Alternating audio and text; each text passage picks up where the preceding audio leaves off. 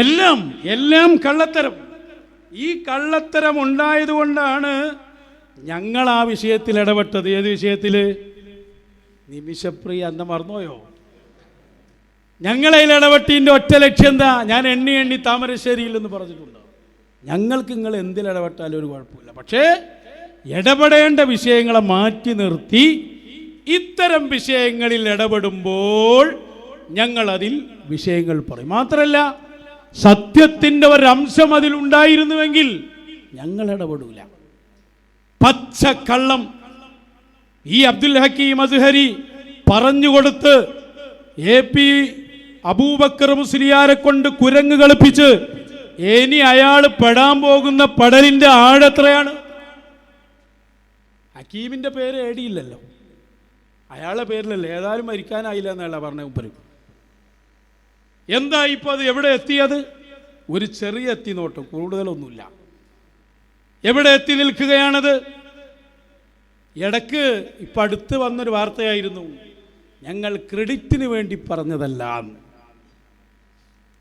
ക്രെഡിറ്റിന് വേണ്ടി ഒരു പറയില്ല, ഒരു അത്ര ഉഷാറല്ലേ. ക്രെഡിറ്റ് ഞങ്ങൾക്ക് ആവശ്യമില്ല എന്നാ പറഞ്ഞ് മൂപ്പര് പറയട്ടെ. ഈ സംഭവം തന്നെ ഉണ്ടായപ്പോൾ നല്ലവരായ എല്ലാവരും അതിനെ സ്വാഗതം ചെയ്തു. അതിൻ്റെ ഇടയിൽ ചില ആളുകൾ ക്രെഡിറ്റ് സമ്പാദിക്കാൻ വേണ്ടി എന്തൊക്കെ പറഞ്ഞു. നമ്മൾക്ക് ഇങ്ങനത്തെ ക്രെഡിറ്റ് ഒന്നും വേണ്ട, അതൊക്കെ അവരെടുത്തോട്ടെ, നമുക്കിവിടെ സുഖമായി ജീവിക്കണം. അത്രേ മൂപ്പർക്കുള്ളൂ. ക്രെഡിറ്റ് ഒന്നും വേണ്ട, സുഖമായി ജീവിച്ചാൽ മതി എന്നാണ്. എന്തായിരുന്നു അവസ്ഥ? ക്രെഡിറ്റ് ആവശ്യമില്ല എങ്കിൽ ഈ സംഭവം അഥവാ ഇടപെട്ടിട്ടുണ്ടെന്ന് സങ്കല്പിക്കുക. നാഥൻ അതിനെ ലാസ്റ്റ് എത്തിയിട്ട് പറഞ്ഞാൽ പോരായിരുന്നോ? അന്ന് എന്തായിരുന്നു അവസ്ഥ? നിങ്ങൾ മറന്നോതൊക്കെ? ക്രെഡിറ്റിൻ്റെ അങ്ങേറ്റേന്ന് ഒരു ദിവസം തന്നെ 2 വാർത്താ സമ്മേളനം. മാത്രമല്ല, ആസ്വദിക്കാൻ വരെ വന്നില്ല ആള്. ആസ്വദിക്കാൻ വരെ ആളെത്തി. ക്രെഡിറ്റ് ഞങ്ങളെ സംഘടനക്ക് മൊത്തം ഉണ്ട് എന്നാ മുമ്പ് പറഞ്ഞേ. മുമ്പരൊന്ന് വന്നോട്ടെ. വാർത്ത മിക്കവാറും അത് ഒഴിവായി കിട്ടും എന്ന് തന്നെയാണ് അതിനുള്ള ശ്രമം തകൃതിയായി നടക്കുന്നുണ്ട്. അതിനുവേണ്ടി മഹാനായ ഇന്ത്യൻ ഗ്രാൻഡ് മുഫ്തി സുൽത്താൻ കാന്തപുരം ഉസ്താദ് ശക്തമായി പ്രസ്ഥാനം ഒന്നിച്ചിടപെടുന്നു. ഇനി ബ്ലഡ് മണ്ണ് കൊടുക്കേണ്ടി വന്നാൽ അതെല്ലാവരും ഒത്തൊരുമിച്ച് ആ നിമിഷപ്രിയ നമ്മുടെ നാട്ടിൽ വന്ന് നമുക്കൊന്ന് ആസ്വദിക്കാൻ കഴിയണം, സന്തോഷിക്കാൻ കഴിയണം. ഈ ഗതി ലോകത്താർക്കും വരരുത് എന്നാണ് ഞങ്ങൾ എല്ലാവരുടെയും. ആ ദുആന്റെ പ്രസക്തി നാൾക്ക് നാൾ കൂടി വരൂട്ടോ. ഈ ഗതി ആർക്കും വരുത്തരുത്. നിങ്ങൾ മനസ്സിലാക്കിയത് എന്താ? നമ്മൾ നോക്കി, ഞമ്മക്കിപ്പോൾ അന്ന് എല്ലാവരും മുമ്പ് പറഞ്ഞില്ല, എല്ലാവരും നമുക്ക് സ്വാഗതം പറഞ്ഞ് അഭിനന്ദിക്കുകയാണ്. അഭിനന്ദിക്കുന്ന സമയത്ത് നമുക്ക് അഭിനന്ദിച്ചൊരു പോസ്റ്റ് ഇട്ടാൽ ചിലപ്പോൾ ബല് 4 ഗുണം നമ്മളും പറയും. വെള്ളം ഒഴുകിക്കൊണ്ടിരിക്കുമ്പോൾ ആ ഒഴുക്കിന് ഒത്തു നീങ്ങലൊരു പണിയുള്ള കാര്യമല്ല. പക്ഷേ ഞങ്ങൾക്കറിയാം, അന്ന് എല്ലാവരും മൂപ്പര് അഭിനന്ദിക്കുന്ന തിരക്കില്ല. അന്ന് ഞങ്ങൾ ഒഴുക്കിനെതിരെ നീന്തിയിട്ട് പറഞ്ഞു, കാന്തപുരം അബൂബക്കർ മുസ്ലിയാർ ഈ വിഷയത്തിൽ ഒന്നും ചെയ്തിട്ടില്ല, പച്ചക്കള്ളം പറഞ്ഞതാണ്. ധൈര്യത്തിൽ ഞങ്ങൾ പറഞ്ഞു വന്ന്. കാരണം ഞങ്ങൾക്കറിയാം അവരെ. പത്രക്കാർ, മാധ്യമപ്രവർത്തകർ സൂക്ഷിക്കണമെന്ന് പറഞ്ഞു. ഇന്നെവിടെ എത്തി? എന്തായി അവസ്ഥ? ക്രെഡിറ്റിന് വേണ്ടി നിങ്ങൾ സംസാരിച്ചിട്ടില്ല അല്ലേ? ഒക്കെ ഞങ്ങൾ റെഡിയാക്കി വെച്ചിട്ടുണ്ട്. ഇൻഷാ അല്ലാഹ് സന്ദർഭത്തിനനുസരിച്ച് ആ വിഷയം നിങ്ങളെയും കൊണ്ടേ അത് പോകൂ എന്ന് നിങ്ങൾ മനസ്സിലാക്കണം. ക്രെഡിറ്റ് കിട്ടാൻ വേണ്ടി ചാടി വരിക, എന്നിട്ട് പെട്ടപ്പോൾ ക്രെഡിറ്റ് വേണ്ട. എന്താ നമ്മളെ LLB-കാരൻ പറഞ്ഞ്? വാക്കുകൾ ശരിക്കും ശ്രദ്ധിക്കണം. കേന്ദ്ര ഗവൺമെന്റിന് വരെ കഴിയാത്ത കാര്യമാണ് ഞങ്ങളുടെ ഉസ്താദ് ചെയ്തിരിക്കുന്നത്. ഇന്ന് ആ വാക്കൊന്നു പറയാൻ AP കൂടാരത്തിലെ ഒരു കുട്ടിക്ക് ധൈര്യമുണ്ടോ? ഇപ്പൊ എന്താ നിങ്ങൾ പറഞ്ഞ്? ഞങ്ങളൊരു ചെറിയ സംഘം ഇവിടെ ഇല്ലായിരുന്നുവെങ്കിൽ ഈ സമുദായത്തെ തന്നെ ലോകര് തെറ്റിദ്ധരിക്കുമായിരുന്നു. എല്ലാവരും കളവിന് കൂട്ടി നിന്നായില്ലേ? പക്ഷെ ഒരു ടീമുണ്ടാകും, ആരെയും ഭയപ്പെടാതെ ലാഹിരീന അലൽ ഹഖ്, സത്യം മാത്രം പറയും. നിങ്ങൾ ഞങ്ങൾക്കെതിരിൽ ആരോപണങ്ങളും തെറികളും കൂക്കുവിളികളും അതുപോലെ തന്നെ കൊട്ടേഷൻ സംഘങ്ങൾ അയക്കലും എന്ത് സംഭവിച്ചാലും നെഞ്ചു വരുത്തി ഞങ്ങൾ ആ സത്യം ലോകത്തോട് പറഞ്ഞു, ഇനിയും അത് പറഞ്ഞുകൊണ്ടേയിരിക്കും. എന്നാ ചുള്ളിക്കോട് സഖാഫി എന്താന്ന് പറഞ്ഞു എന്ന് വെച്ചു കൊടുക്ക്. ശരിയാണ്, അവർക്ക് രാഷ്ട്രീയത്തിൽ അവിടെ സ്വാധീനമില്ല. അല്ലെങ്കിൽ സുന്നികൾക്ക് നമ്മളെ കേരളത്തിലൊക്കെ രാഷ്ട്രീയത്തിൽ ഏതെങ്കിലും കാലത്ത് സ്വാധീനം ഉണ്ടായിരുന്നു. ഞാൻ ആ ഭാഗത്തേക്കൊന്നും കടക്കുന്നില്ല.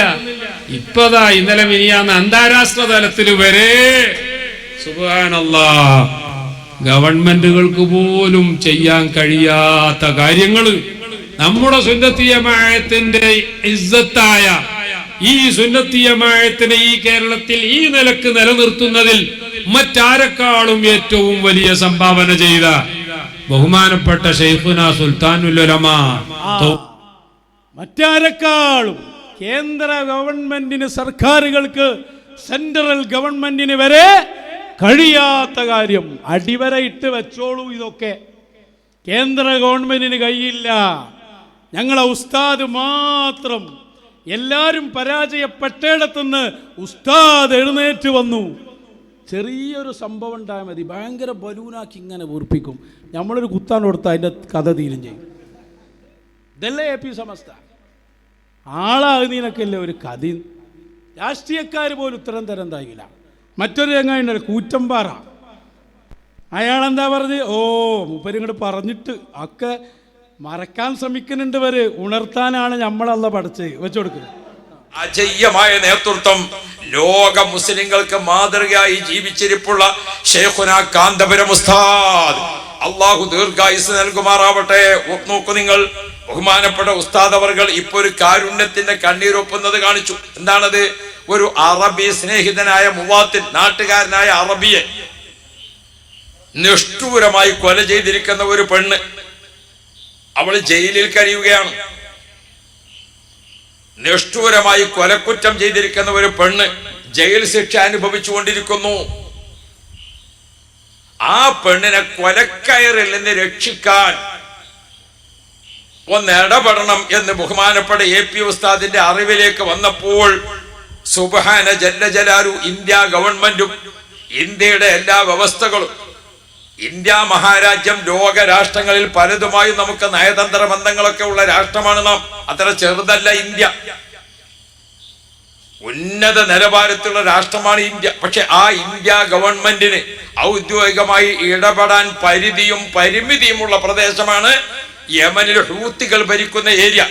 അവിടെ ഒരു ഗോത്രവർഗക്കാരുടെ പ്രത്യേക ഭരണമാണ്. അവിടെ ഒരു നയതന്ത്ര ബന്ധത്തിലുള്ള ഒരു രാഷ്ട്രത്തിന് ഇടപെടാൻ കഴിയില്ല. അവിടെയാണ് ആ പെൺകുട്ടി ജയിലിൽ കഴിയുന്നത്.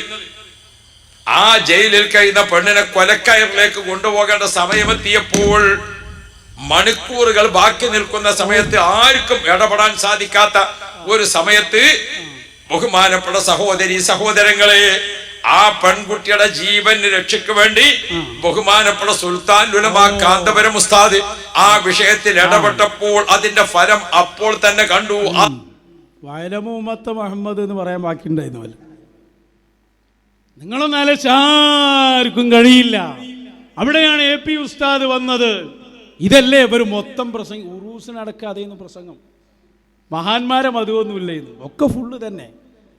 ഇപ്പം എന്തായിന്നറിയോ? പിന്നെ അതിൻ്റെ ഇടയ്ക്ക് വന്നു, ഞങ്ങൾ ശിക്ഷ റദ്ദ് ചെയ്തിരിക്കുന്നു. മർക്കസ് ഓഫീസ് അറിയിച്ചു. മർക്കസ് ഓഫീസ് യമന്റെ കോടതിയാണ്. വിദേശകാര്യമന്ത്രി എന്താ എൻ്റെ പേര്, ജവാദ്, അവിടുത്തെ അയാളുടെ ഇറങ്ങി വരെ ഒരു സംശയവുമില്ല, 100% ഉറപ്പാണ്, ശിക്ഷ റദ്ദ് ചെയ്തിട്ടുണ്ട്, ഒക്കെ ഞങ്ങൾ പൂർത്തിയാക്കിയിട്ടുണ്ട്, കേന്ദ്രത്തിന് കഴിയില്ല.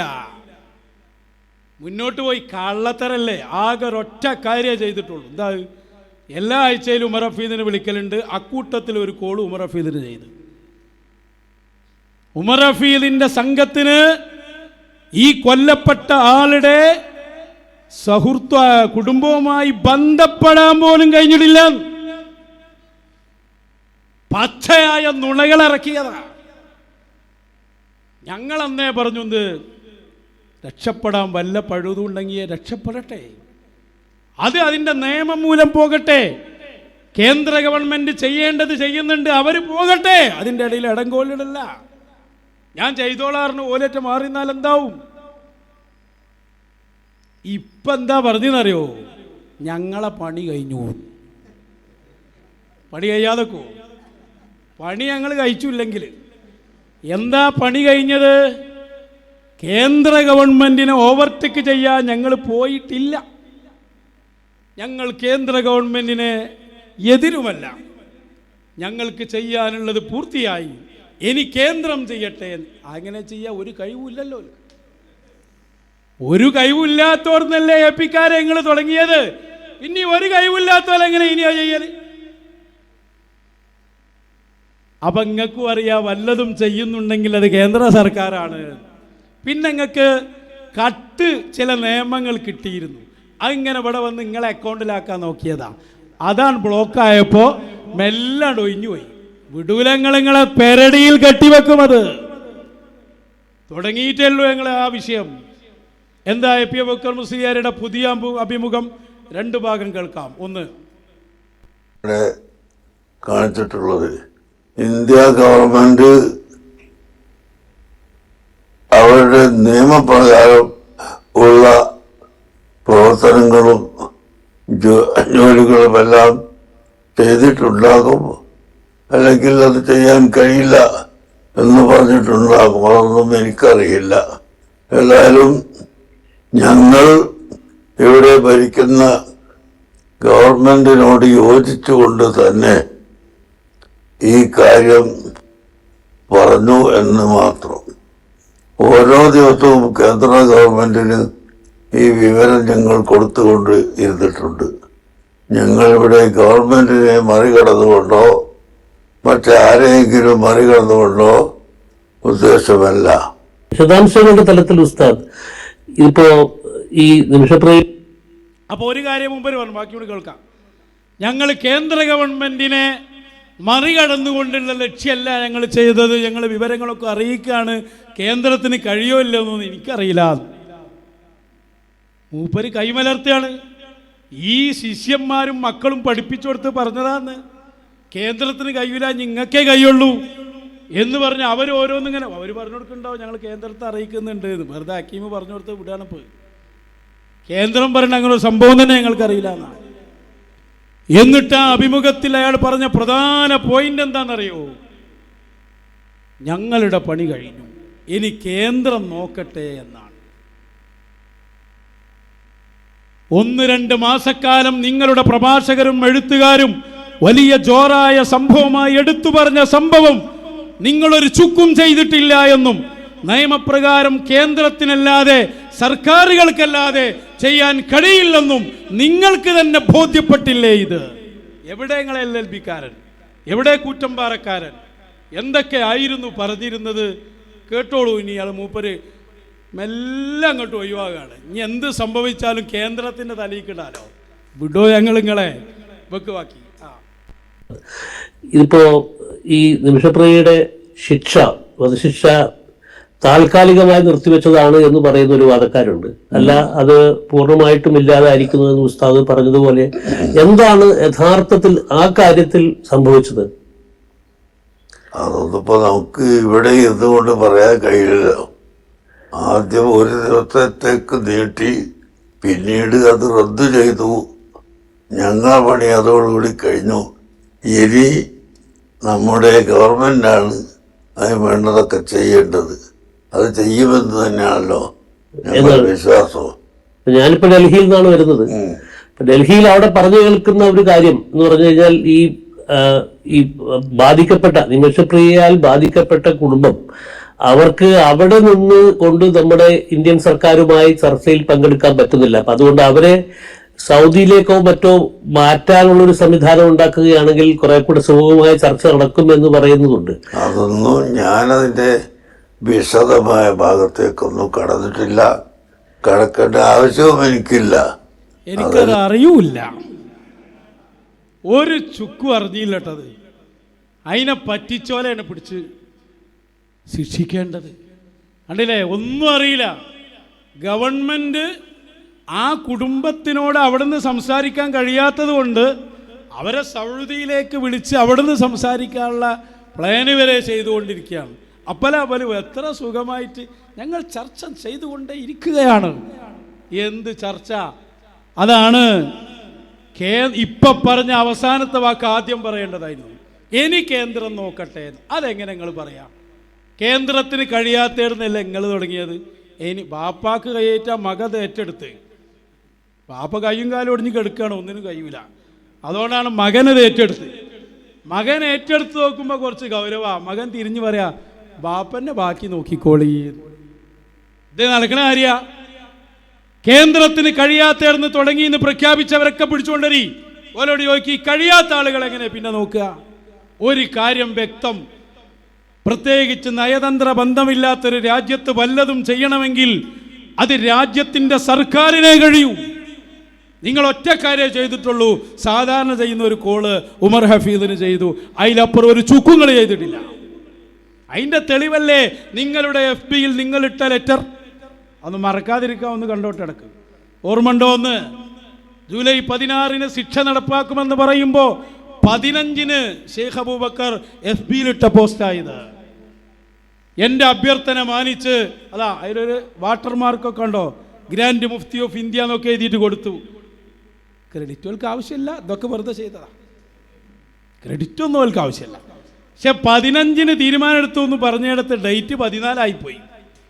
14-ന് തന്നെ മാറ്റിവെച്ചൊരു സംഗതിയാണ് 15-ന് ഞാൻ മാറ്റിവെച്ചു എന്ന് പറയുന്നത്.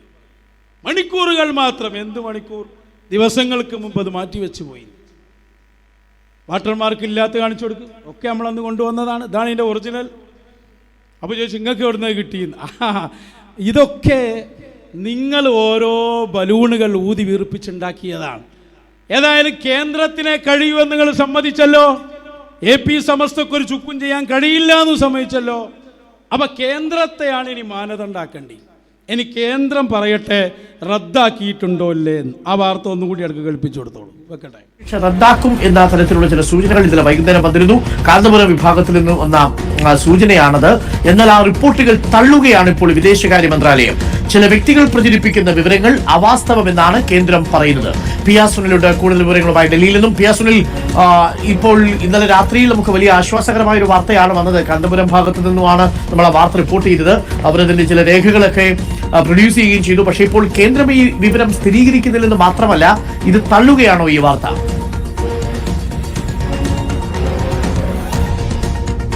അരുൺ, എന്തായാലും കേന്ദ്ര വിദേശകാര്യ മന്ത്രാലയത്തിന്റെ ഔദ്യോഗിക പ്രതികരണം ഈ വിഷയത്തിൽ വരികയാണ്. ഇന്നലെ കാന്തപുരം അബൂബക്കർ മുസ്ലിയാരുടെ ഓഫീസിൽ നിന്നാണ് നിമിഷപ്രിയയുടെ വധശിക്ഷ റദ്ദാക്കാൻ പോകുന്നു, ഇതുമായി ബന്ധപ്പെട്ട ചർച്ചകളിൽ പുരോഗതിയുണ്ട്, ഉടൻ തന്നെ യമൻ ഭരണകൂടം നിമിഷപ്രിയയുടെ വധശിക്ഷ റദ്ദാക്കിക്കൊണ്ടുള്ള ഉത്തരവിറക്കും എന്നൊക്കെയുള്ള വിവരങ്ങൾ കൈമാറിയത്. ഏതായാലും ആ വാർത്ത, ആ റിപ്പോർട്ട് വലിയ പ്രതീക്ഷയോടെയാണ് നമ്മളടക്കം നൽകിയത്. ഈ വാർത്ത സംബന്ധിച്ച് കേന്ദ്ര വിദേശകാര്യ മന്ത്രാലയത്തിന്റെ പ്രതികരണം റിപ്പോർട്ടർ തേടിയിരുന്നു. ഏതായാലും ഇപ്പോൾ റിപ്പോർട്ടറിനോടാണ് കേന്ദ്ര വിദേശകാര്യ മന്ത്രാലയം ഒരു വിവരമാണ്. കേന്ദ്രമാണ് മാനദണ്ഡം എന്ന് പറഞ്ഞതോടെ കേന്ദ്രം പറഞ്ഞു കേട്ടാൽ മതി. അങ്ങനെ ഒരു സംഭവം ഉണ്ടായിട്ടില്ല. റദ്ദു ചെയ്യലുണ്ടായിട്ടില്ല, നീട്ടിവെക്കലും ഇവരെ കാരണം കൊണ്ടുണ്ടായിട്ടില്ല. പച്ചയായ കള്ളം മാധ്യമ പ്രവർത്തകരെ പോലും പറ്റിച്ചതാണ്. ഇനി ഈ ശിക്ഷ റദ്ദാക്കി എന്നൊക്കെ പറഞ്ഞ് അബൂബക്കർ മുസ്ലിയാർ ഇങ്ങനെ പറഞ്ഞപ്പോ കൊല്ലപ്പെട്ട ആളുടെ സഹോദരൻ 3 പേജിലാണ് AP അബൂബക്കർ മുസ്ലിയാർക്ക് മറുപടി എഴുതിയത്. വിശദമായി ഓരോ വാദങ്ങൾ എടുത്തെടുത്ത് ഉദ്ധരിച്ചു.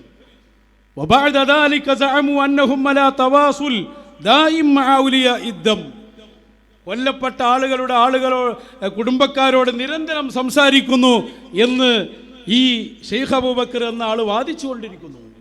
സഹോദരൻ ചോദിക്കാം, മിൻ ഐന ജിഅ്തും ബിഹാദൽ കലാം, ഏർന്ന് കിട്ടിയതാണോ ഈ വാർത്ത? ഞങ്ങളല്ലേ കുടുംബക്കാര്? അങ്ങനെ ഒരു സംസാരം നടന്നാൽ ഞങ്ങളല്ലേ അത് ആദ്യം പറയാ? ഈ പച്ച കള്ളം ഏതെങ്കിലും ഒരു ബുദ്ധിയുള്ള ആള് വിശ്വസിക്കോ? സ്വന്തം സഹോദരനാ ചോദിക്കുന്നത്. അവരതിൽ ശക്തമാണെന്ന് പറയുന്നു. എന്നിട്ട് ലാസ്റ്റ് മൂപ്പര് പറയുന്നുണ്ട്, ലഖദ് ഖുതിമ അമലുക്കും അൽയൗം യാ ശൈഖ്. വയസ്സനായ മൊയിലേരെ, മൂപ്പര ഭാഷയാണ്. നിങ്ങളെ പണി കഴിഞ്ഞു എന്നൊന്ന് വാദിക്കുകയാണോ? അതുവരെ അറിഞ്ഞിനി. നിങ്ങളെ പണി കഴിഞ്ഞു എന്നാണോ വാദിക്കുന്നത്? അല്ലതീ ഖുൽതു മിന്നഹു ബിസ്മിൽ ഇൻസാനിയ, മനുഷ്യത്വത്തിൻ്റെ പേരിൽ നിങ്ങൾ പറഞ്ഞ അമൽ പൂർത്തിയായി എന്നാണോ നിങ്ങൾ വാദിച്ചുകൊണ്ടിരിക്കുന്നത്? ഇത് വലിയ കെദിബും ഇഫ്തിറ, വലിയ കള്ളത്തരമാണ്. അതുകൊണ്ട് നിങ്ങൾ എന്താ ചെയ്യേണ്ടത് എന്ന് കൂടി മൂപ്പര് പറയുന്നുണ്ട്. ദയവ് ചെയ്ത് ഇത്തരം വാദങ്ങൾ പറയുന്നതിന് പകരം നിങ്ങൾ മാപ്പ് പറയണം എന്നാണ് അദ്ദേഹം വളരെ ശക്തമായി. അതാ ഫൽതകുൻ ലദൈകും അശ്ശജാഅ, വല്ല ധീരതയും നിങ്ങൾക്ക് ബാക്കിയുണ്ടെങ്കിൽ ലിതഖൂലു അഖ്തഅനാ വനഅ്തദിർ, ഞങ്ങൾക്ക് പഴച്ചതാണ്, ഞങ്ങൾ മാപ്പ് ചോദിക്കുന്നു എന്ന് പറഞ്ഞ് രക്ഷപ്പെടൂ ഉസ്താദേ എന്ന് സ്വന്തം സഹോദരൻ ഇതിൽ എഴുതുകയാണ്. എന്തിനാണ് ഒരു വന്ധ്യവയോധികനായ ഒരു മൊയിലാരെ ഈ ഹക്കീമും ബലും ചേർന്ന് ഈ പണിയെടുക്കുന്നത്? ഇതിൻ്റെ ഒക്കെ ഉത്തരവാദി അവരാണ്. ഈ സഹോദരനെ കൊണ്ട് വരെ ഇത് പറയിപ്പിച്ചതിൻ്റെ പൂർണ്ണ ഉത്തരവാദിത്തം ഇവർക്കാണ്. ഇനി എന്തൊക്കെ സംഭവിക്കും ആർക്കറിയാം. പോലെ ഇടപെട്ടിട്ടില്ലെങ്കിൽ ഒരു പക്ഷേ ഇപ്പം രക്ഷപ്പെട്ടു പോന്നിരുന്നു. ഇടപെടൽ അവിടെ കേട്ടോ, ഇടപെടൽ എവിടെയാണ്?